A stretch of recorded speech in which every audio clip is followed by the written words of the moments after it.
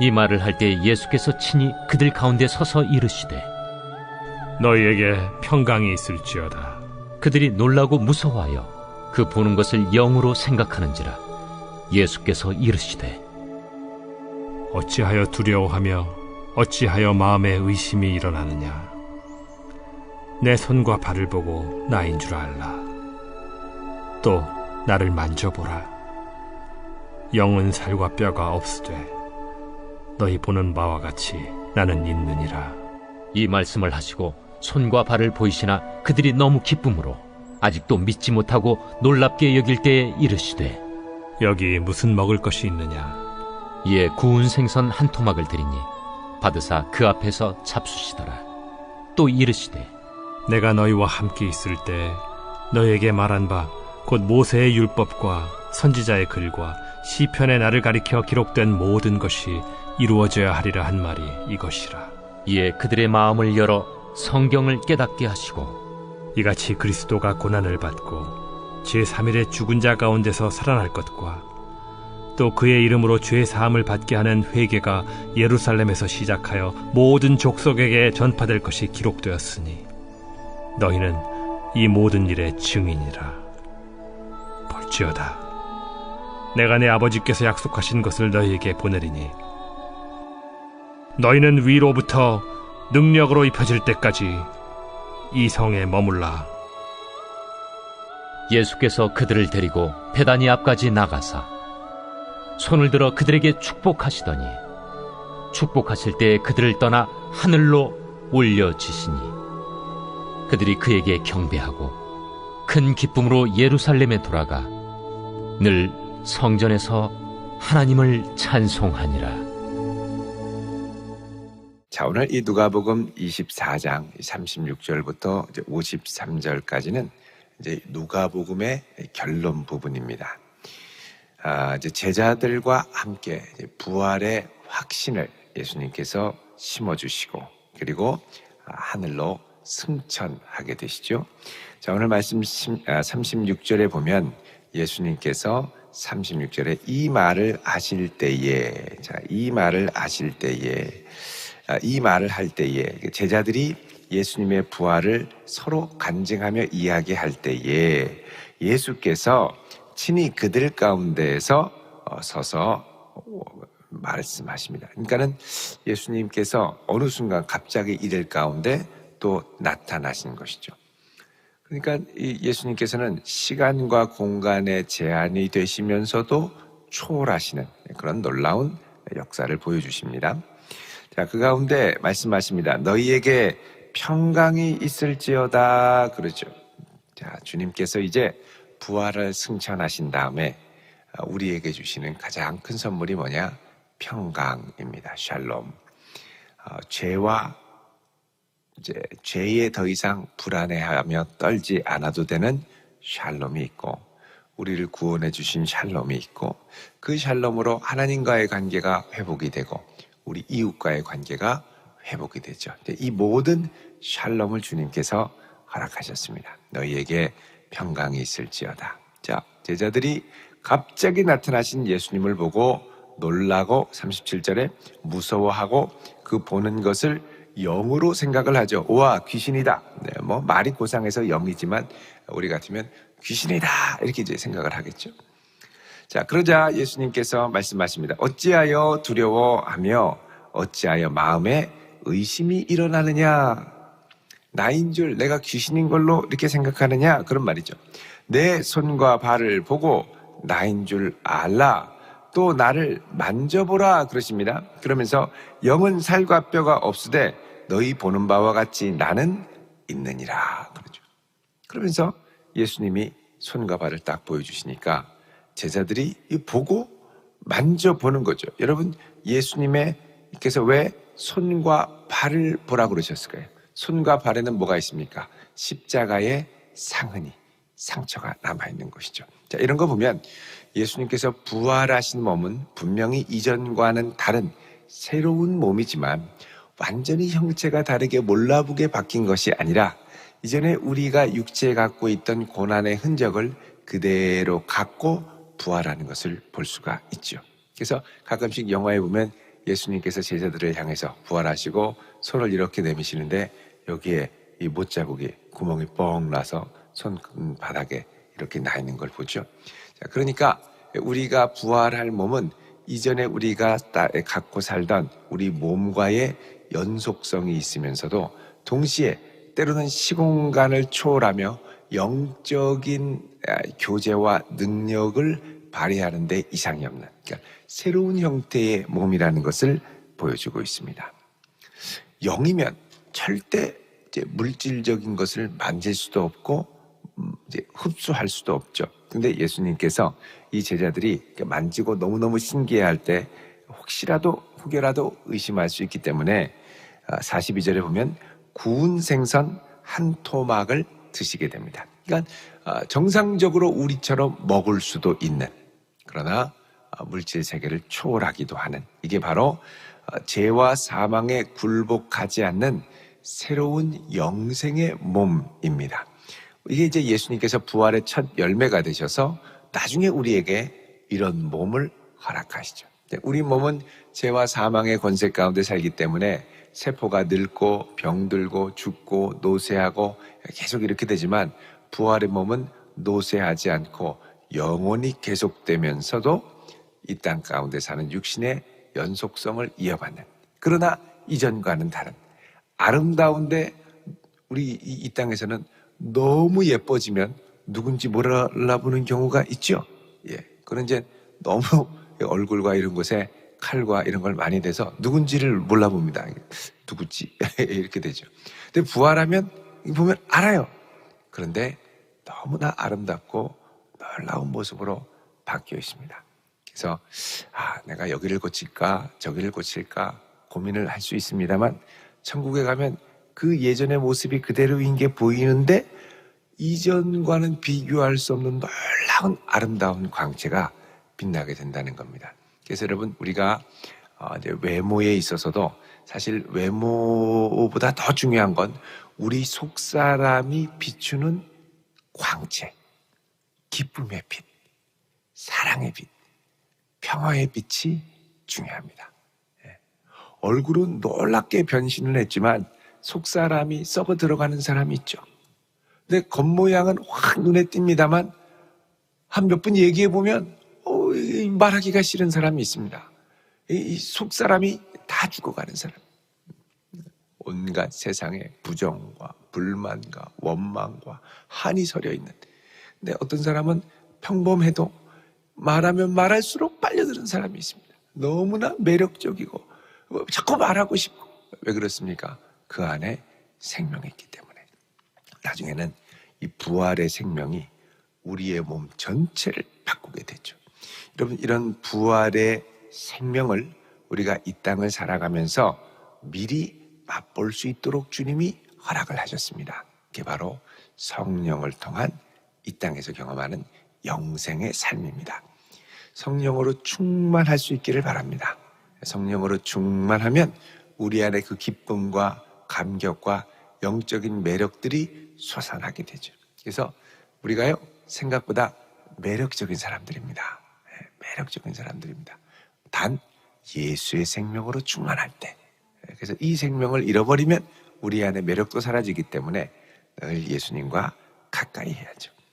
자, 이 부활의 몸을 예수님이 입고 나타나시면서 제자들에게 이제 아주 중요한 말씀을 하십니다. 44절에 또 이르시되 내가 너희와 함께 있을 때에 너희에게 말한 바 모세의 율법과 선지자의 글과 시편에 나를 가리켜 기록된 모든 것이 이루어져야 하리라 한 말이 이것이라 하시고, 이렇게 얘기를 합니다. 자, 모세의 율법, 모세오경, 선지자의 글, 선지서, 시편, 시가서, 지혜문학이죠.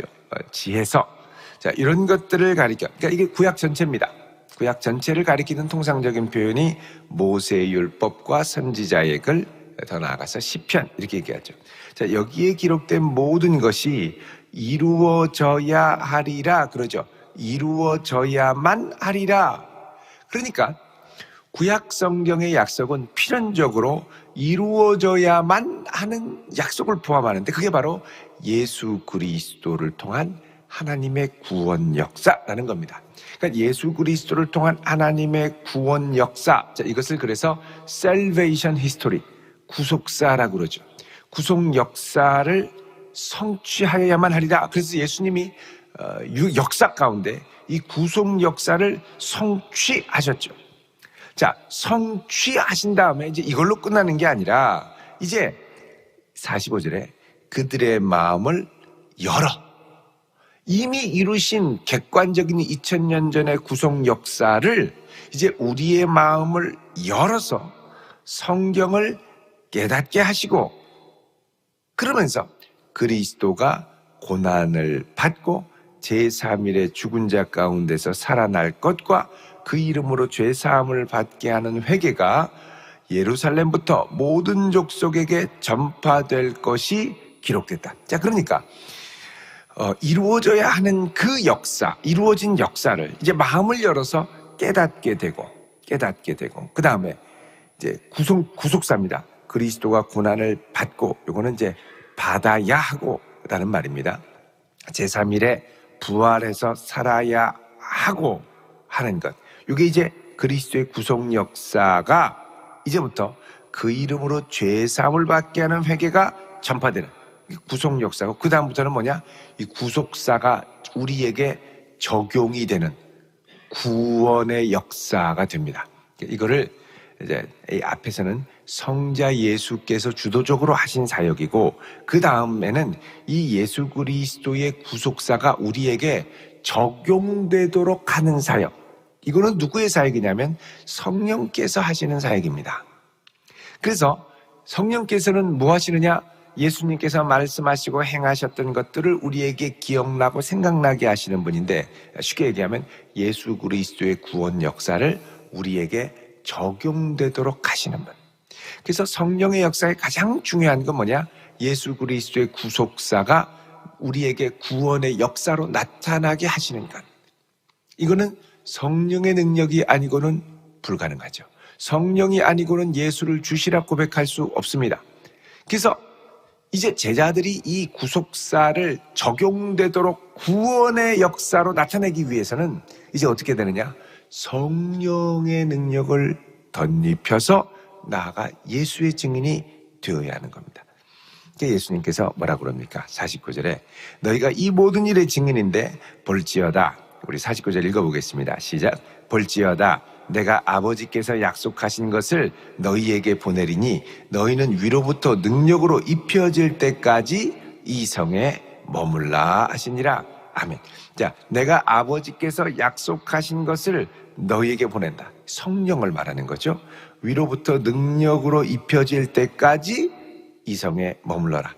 능력으로 입혀져야 그 다음부터 어떤 일이 일어나냐? 제자들이 증거하는 입술의 이 복음의 증거를 통해 예수 그리스도의 구원의 역사가 각 사람들에게 적용이 되는, 자, 적용이 되면 어떤 일이 일어납니까? 성령께서 나의 부족한 입술을 통해 그 사람의 심령을 흔들고 부르십니다. 이걸 뭐라 그러냐? 소명, 부르심이라고 그러죠.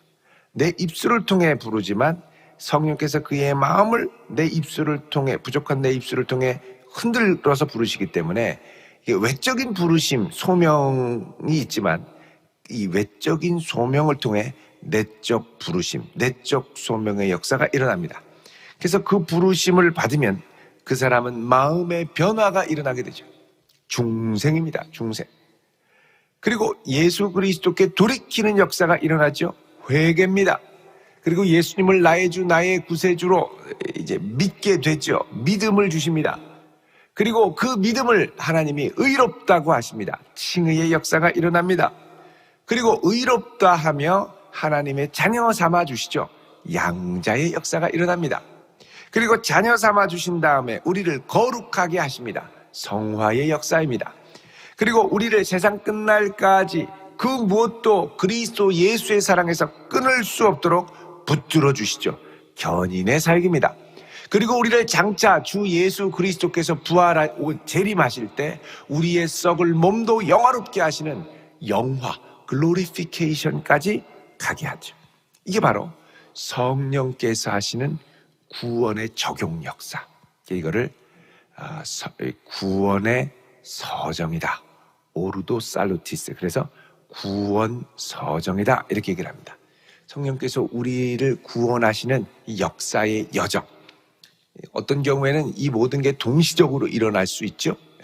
부르고 회개하게 하고 변화시키고 믿게 하고 의롭다하게 하고 하나님의 자녀됨의 확신을 거의 동시적으로 주실 때가 있습니다. 그 순간 또 확 세상과 구별돼서 변화가 일어나서 거룩하게 되고.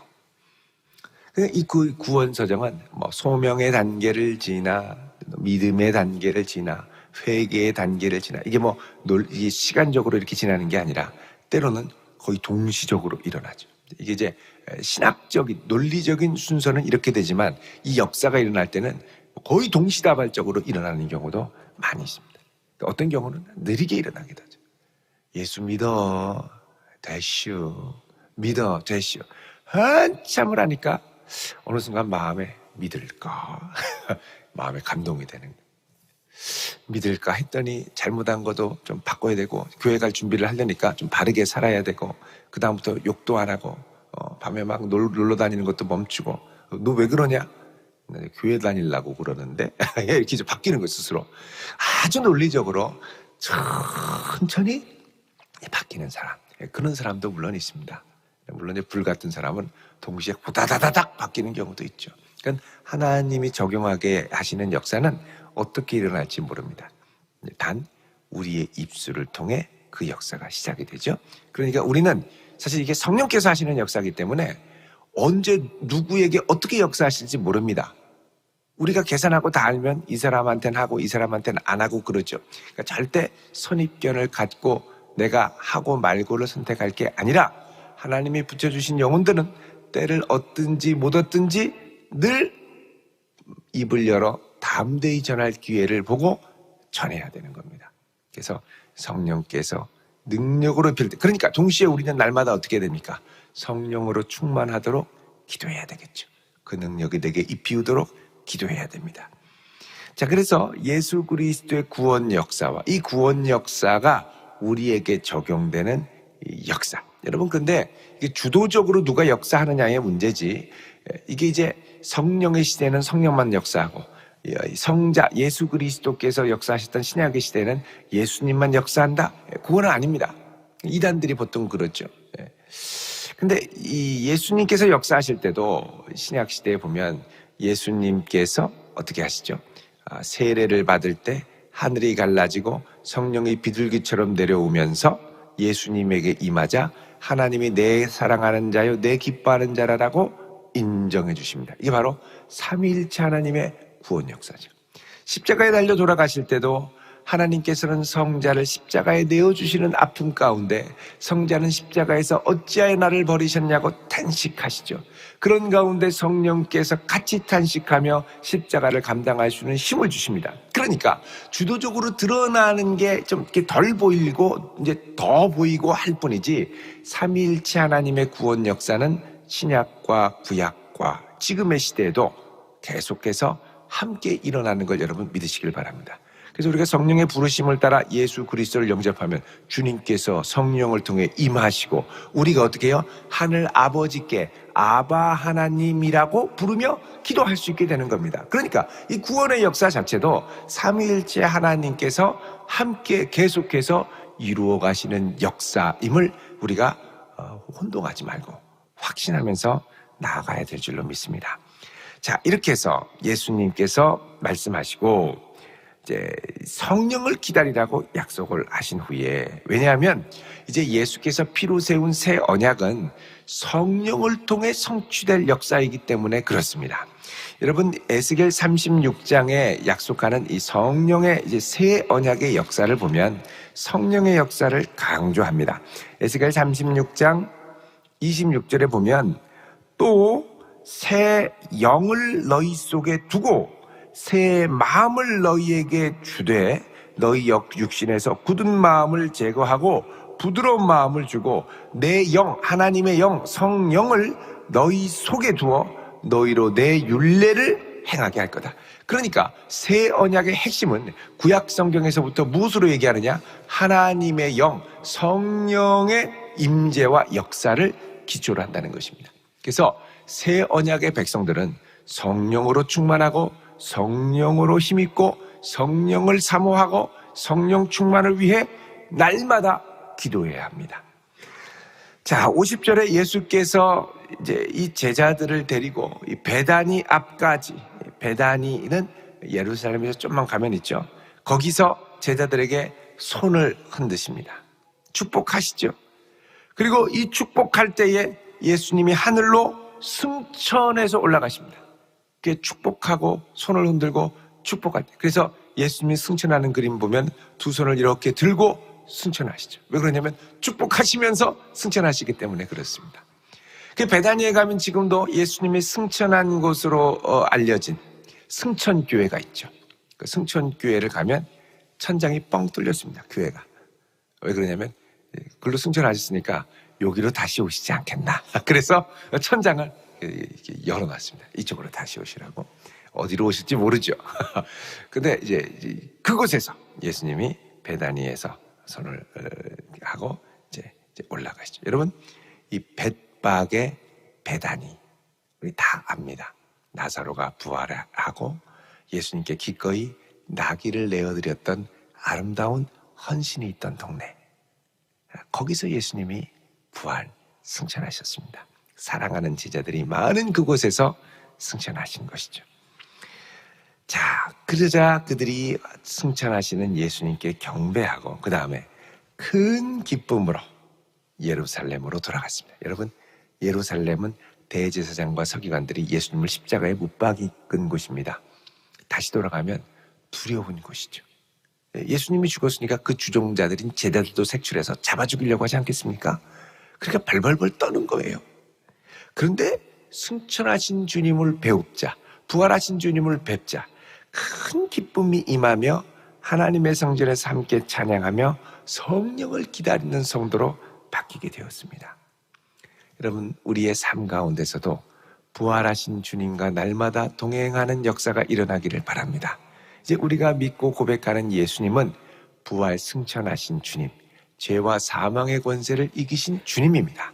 그 주님을 우리의 삶에 모실 때에 부활의 능력이 임해서 죄와 사망과 어둠의 모든 권세가 예수 그리스도의 이름으로 물러가는 능력의 역사가 나타나게 될 줄로 믿습니다. 그래서 우리가 예수의 이름으로 기도하고 부활하신 그리스도의 부활의 능력으로 날마다 기도하며 응답받고 성령으로 충만하고 예수를 힘있게 증거하는 복된 성도로 서시기를 주님의 이름으로 축원드립니다.